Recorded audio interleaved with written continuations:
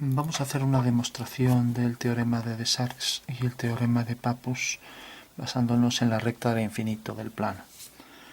Bueno, tenemos que el teorema de Desargues nos dice que si cogemos, por ejemplo, tres líneas que pasan por un punto, pues dibujamos las tres líneas, 1, 2 y 3, se llama radiación y vértice de la radiación. Y si ahora dibujamos, por ejemplo, aquí un triángulo prolongando sus lados, vamos a hacer, por ejemplo, por aquí, tenemos este triángulo que lo vamos a poner en color amarillo. Vamos a ver que la misma demostración de Desargues nos sirve también para el teorema de Pappus. Entonces, de repente, estos tres puntos vamos a hacer que pasen por una recta. Como vemos, el orden de los elementos lo fijo yo como quiera, ya que el teorema determina que si estos tres puntos de la prolongación de los lados están sobre una recta, y ahora en esos tres puntos hago también las rectas correspondientes para otro triángulo, de manera que estos lados también estén perfectamente alineados, los correspondientes, este con este con el siguiente y este con el último.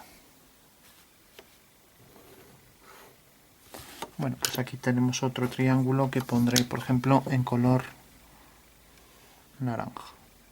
Bueno, pues tenemos que estos dos triángulos están alineados con O y se tiene que, si dos triángulos son desde un centro perspectivos, o sea, tienen sus puntos alineados, A' con O, B' con O y C' con O, eso significa que al prolongar los lados correspondientes a C con A'C', se cortan siempre en tres puntos, este con este y este con este, que siempre están alineados, ¿no?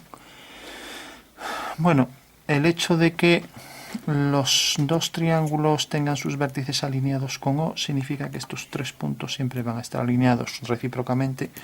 El hecho de que estos tres puntos estén alineados siempre va a suponer que los dos triángulos estén en sus tres líneas, en sus tres alineaciones correspondientes en un centro proyectivo, ¿no? O sea que una cosa implica la otra y recíprocamente, ¿no? Bueno, ¿qué quiere decir esto? Pues quiere decir que realmente, como el hecho de que esto suceda al prolongar los lados va a suceder esto, pues si yo empiezo por aquí y relaciono los dos triángulos de manera que tienen los lados al prolongarlos correspondientes en un punto, en otro y en otro que están alineados, pues necesariamente también los vértices del triángulo van a estar alineados con O. Y además la homología tiene una cuestión curiosa, y es que si esta forma plana, este teorema plano, lo convierto en 3D, pues lo único que tengo que pensar es que realmente por este triángulo amarillo pasa un plano, vamos a ponerlo aquí, vamos a ponerlo, por ejemplo, hasta aquí. Bueno, como el punto cae aquí, vamos a ponerlo así. Entonces decimos que el plano amarillo pasa por un plano, mientras que el plano naranja, por ejemplo, pasa por este otro de aquí abajo, ¿no?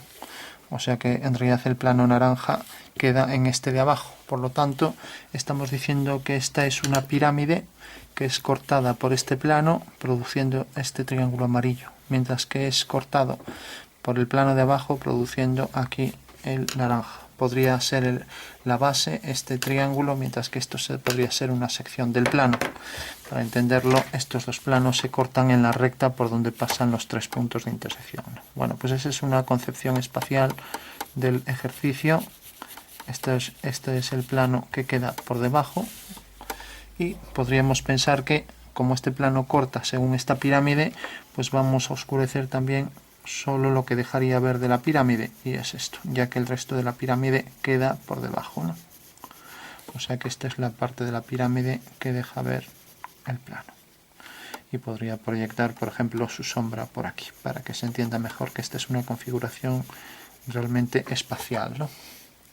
Entonces tenemos que si un teorema lo convertimos en espacial es muy fácil entender que realmente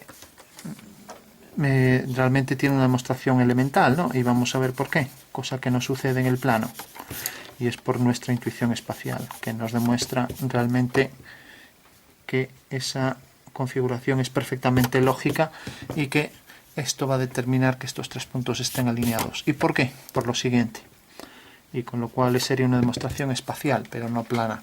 La que nos va a valer es la demostración de la recta que está en el infinito, ¿no? Y para eso vamos a utilizar una perspectiva, aunque aquí también hablamos de perspectiva. Este triángulo es perspectivo desde este punto.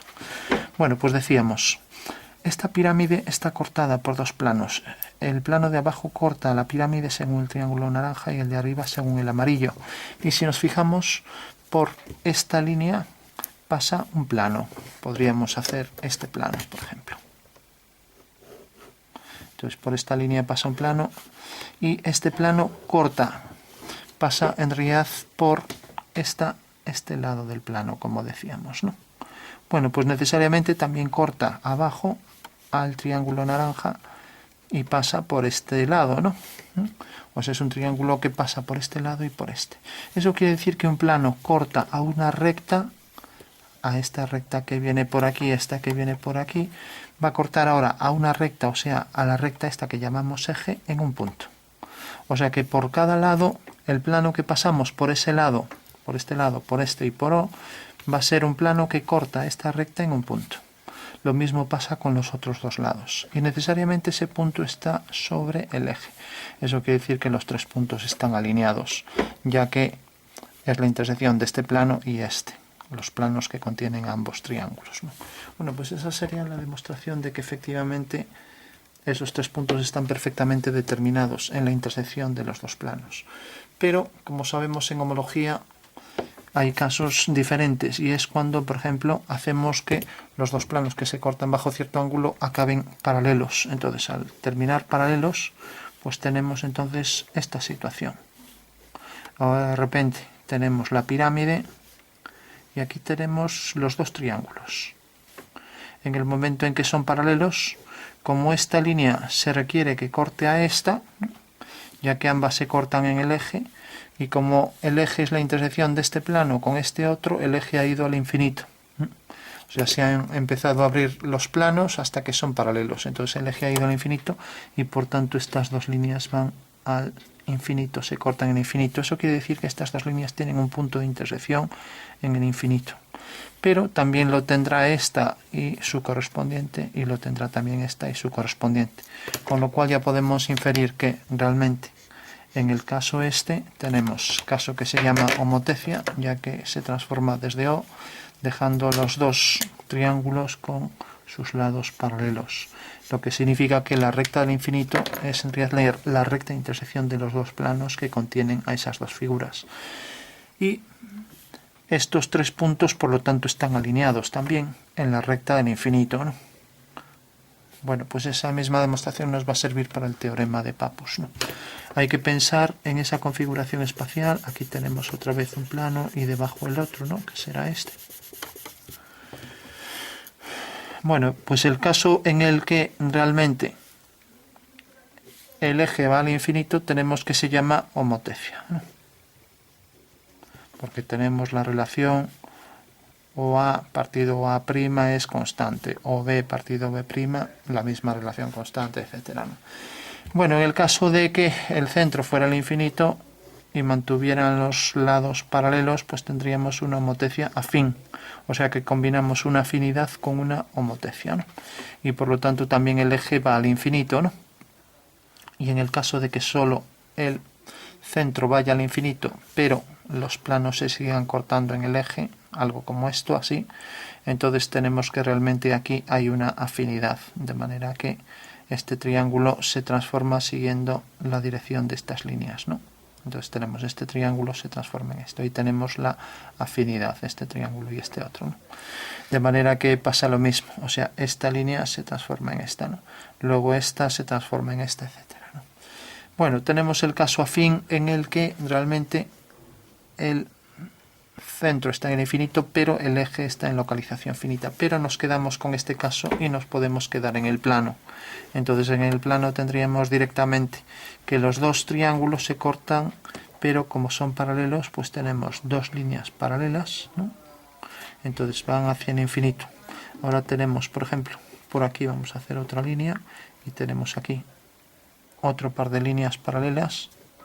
Entonces se requiere que estas dos se corten también en infinito. Y por último estas dos paralelas que se cortarán también en infinito. Por lo tanto, los tres puntos pertenecen a la recta del infinito y están alineados, porque la recta del infinito del plano del papel es única, no hay otra.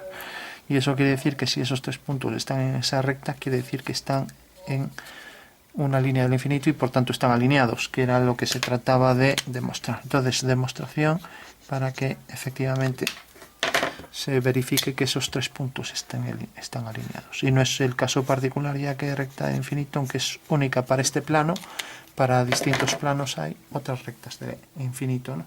Y además cada par de líneas determina un punto en el infinito cuando son paralelas y puede haber líneas en distintas direcciones, ¿no? Con lo cual todas verifican esto, ¿no?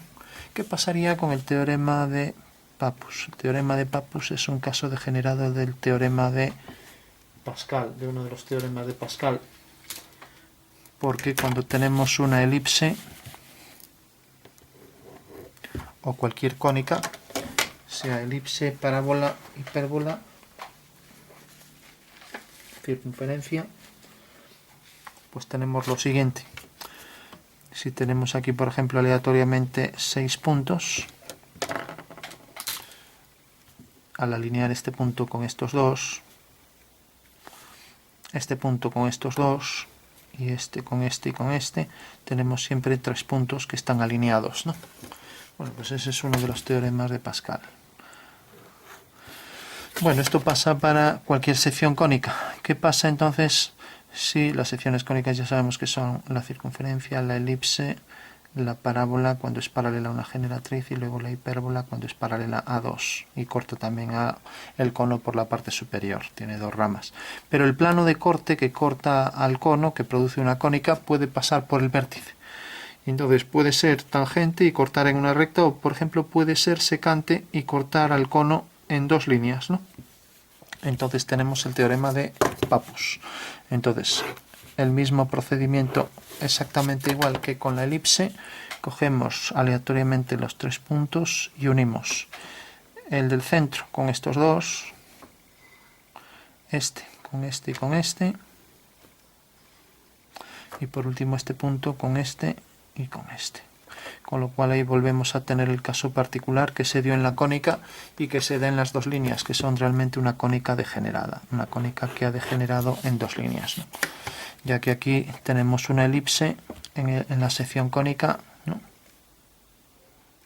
Pero según seguimos girando, el plano de corte llega un momento en que pasa por el vértice.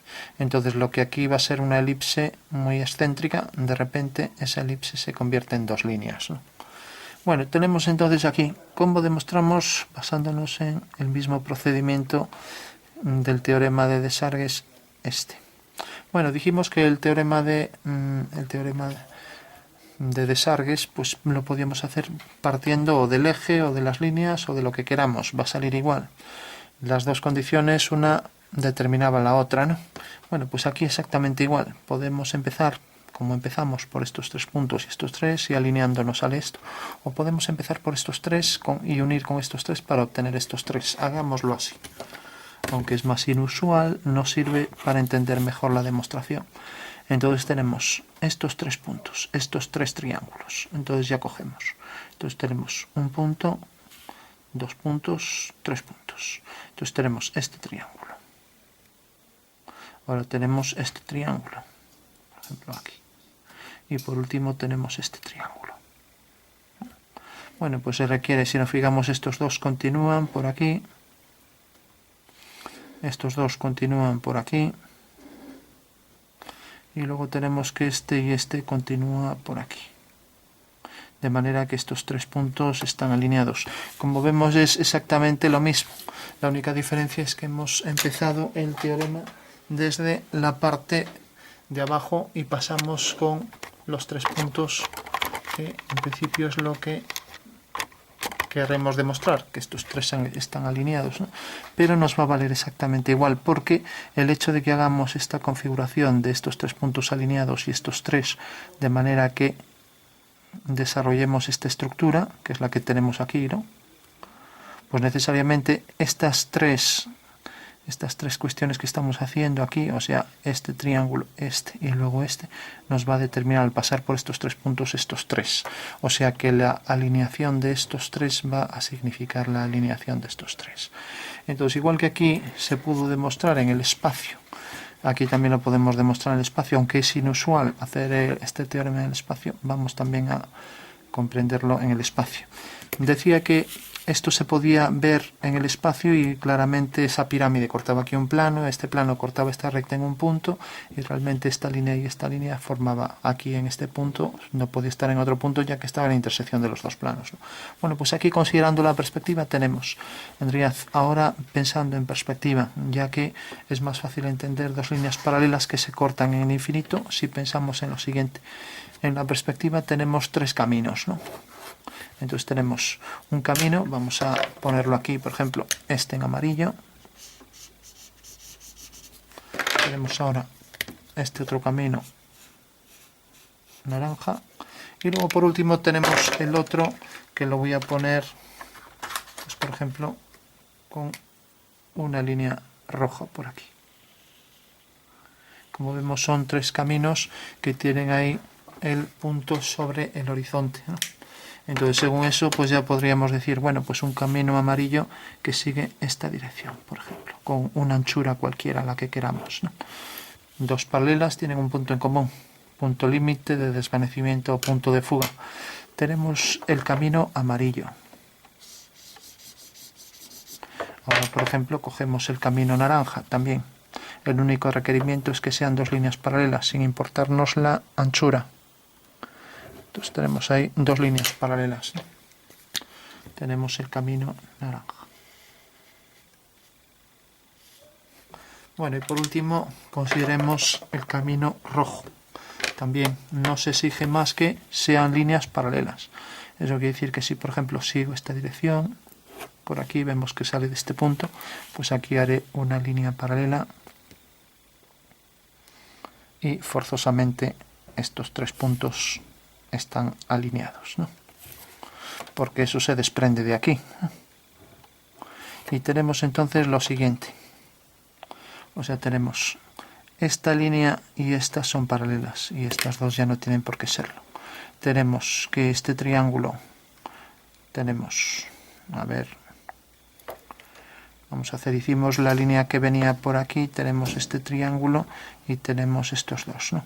Entonces tenemos el triángulo A y el triángulo A', nos acercamos, que son perfectamente semejantes, ya que esta y esta son paralelas, esta también, y esta es la misma línea. El triángulo semejante B y B', ¿no?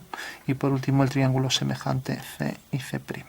Y esto de los semejantes conviene entenderlo porque realmente el problema se podría plantear de otra forma. Es dado un cuadrilátero que es paralelogramo, ¿no?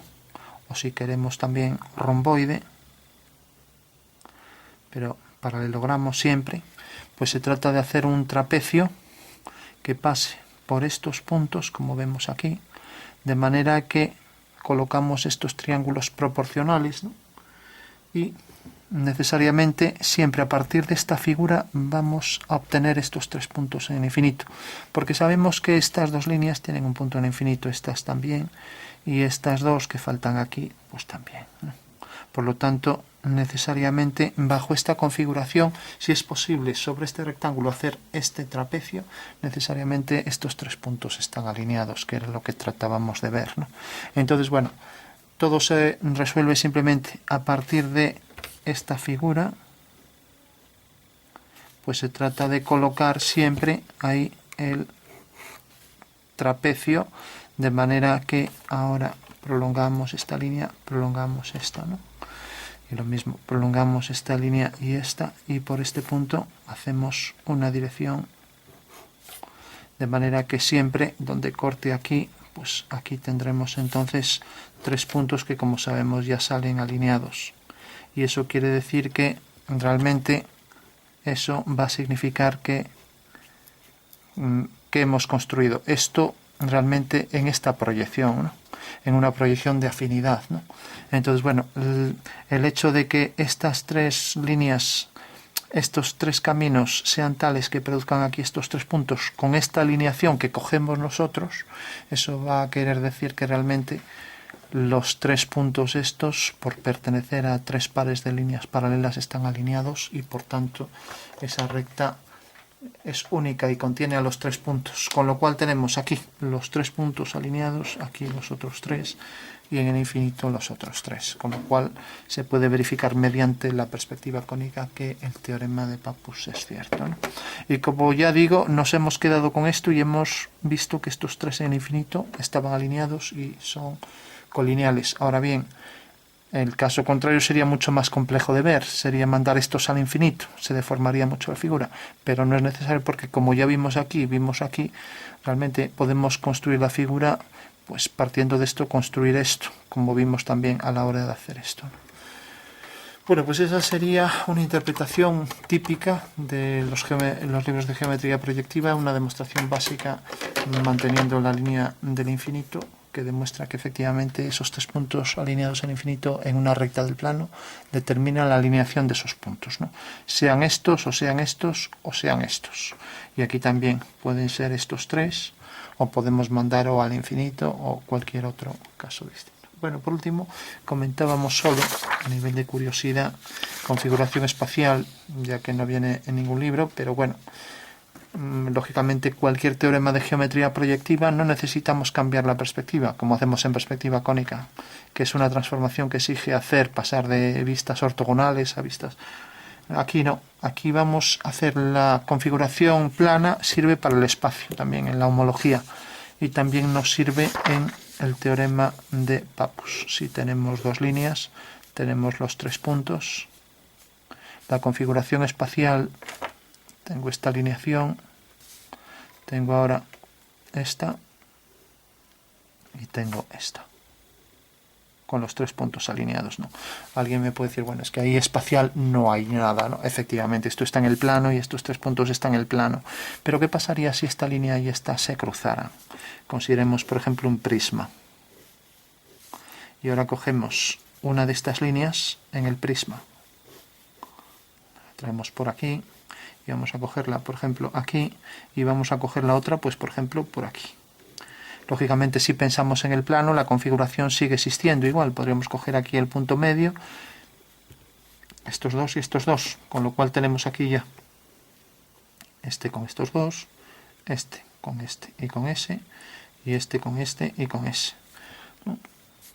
Entonces tenemos este al unirlo con estos 2 y este al unirlo con estos 2, pues aquí tenemos, como hay las líneas de abajo, pues ya es un poco más difícil de ver, ¿no? Pero por ejemplo tenemos aquí este punto, aquí este y aquí este, si no me he equivocado. Pero bueno, eso lo hacemos aparte, entonces ya no hay equivocación. Como hay las líneas del prisma, entonces nos olvidamos del prisma, pero pensamos que aquí están en el espacio cruzándose, ¿no? Pensamos la misma configuración, pensamos que esta es la línea vertical del prisma y la de atrás es esta, ¿no? Entonces tenemos que unir, vamos a nombrar DF, vamos a hacer, por ejemplo, los puntos los vamos a colocar aquí, pues por ejemplo A con BC, entonces ya decimos, aquí tenemos el primer plano, ¿no? O sea, como vemos es una configuración espacial. Ahora tenemos, por ejemplo, aquí el D, aquí el E y por ejemplo aquí el F. Tenemos el siguiente que viene desde aquí hasta aquí, otro triángulo, y el último que viene desde aquí hasta aquí. Bueno, aquí nos pudimos equivocar, si lo hacemos con regla no, porque vemos que efectivamente están alineados, es el teorema de siempre, el de Pappus, ¿no? Ahora bien, consideremos ahora la concepción espacial. Tenemos aquí un triángulo, tenemos aquí otro. No deja ver la parte de atrás, esto que viene por aquí, mientras que de este solo se puede ver esto. O sea, tenemos ya los 3 triángulos en el espacio, que efectivamente vemos que estos 3 puntos tienen una intersección ficticia. O sea, realmente no es intersección que existan, Vamos a darle un poco de sombra para que se perciba mejor. Entonces tenemos este triángulo ahí detrás, este por delante y ese por ahí detrás, ¿no? Entonces, movamos como vamos esos triángulos, si nos fijamos hay un triángulo delante, otro detrás y otro detrás, ¿no? Uno viene hacia arriba, otro al centro y otro hacia abajo, ¿no? Pero siempre movamos como movamos, siempre estos tres puntos van a estar alineados en una recta que por supuesto no es una recta, porque realmente estos puntos, pues realmente un triángulo está en el espacio, otro está detrás en el espacio. O sea, solo bajo nuestro punto de vista siempre va a suceder, pero no es real. Esa intersección, realmente esas líneas se cruzan, es este caso. Bajo este punto de vista parece que se cortan, pero si giramos, pues no se cortan. Sin embargo, aquí giremos como giremos los triángulos, siempre esos tres puntos van a estar alineados, salvo casos excepcionales. Casos excepcionales, pues por ejemplo, el triángulo que viene desde este punto, que viene por aquí hasta aquí, luego tenemos este de aquí abajo, ¿no? Este triángulo voy a hacer que se convierta en una recta, o sea, este que tenemos aquí con algo de sombra. Este ya está más abajo, ¿no? Bueno, pues de repente al girar un poco el prisma, pues tendré la configuración FEB, ¿no? Por aquí. Y ahora tendré, por ejemplo, aquí la línea, y ahora tendré aquí un triángulo, y aquí tendré el otro triángulo, de manera que viene por aquí así. Bueno, como vemos, en los casos particulares es donde se viene abajo el teorema, pero tampoco nos sirve para demostrar nada porque esta alineación espacial no es real, sino que es ficticia, ¿no?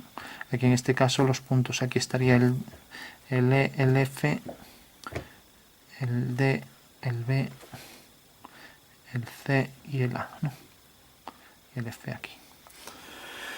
Bueno, pues esta sería la representación tridimensional del teorema de Pappus, que ya digo, no nos sirve para demostrar como nos sirvió el teorema de Desargues, pero sí nos facilita un poco la comprensión espacial y que las transformaciones en movimiento de esa figura hacen que siempre estos tres puntos que no se cortan en la realidad, porque son de líneas que se cruzan, entonces podemos decir que es una intersección ficticia, o sea, solo aparente, ¿no?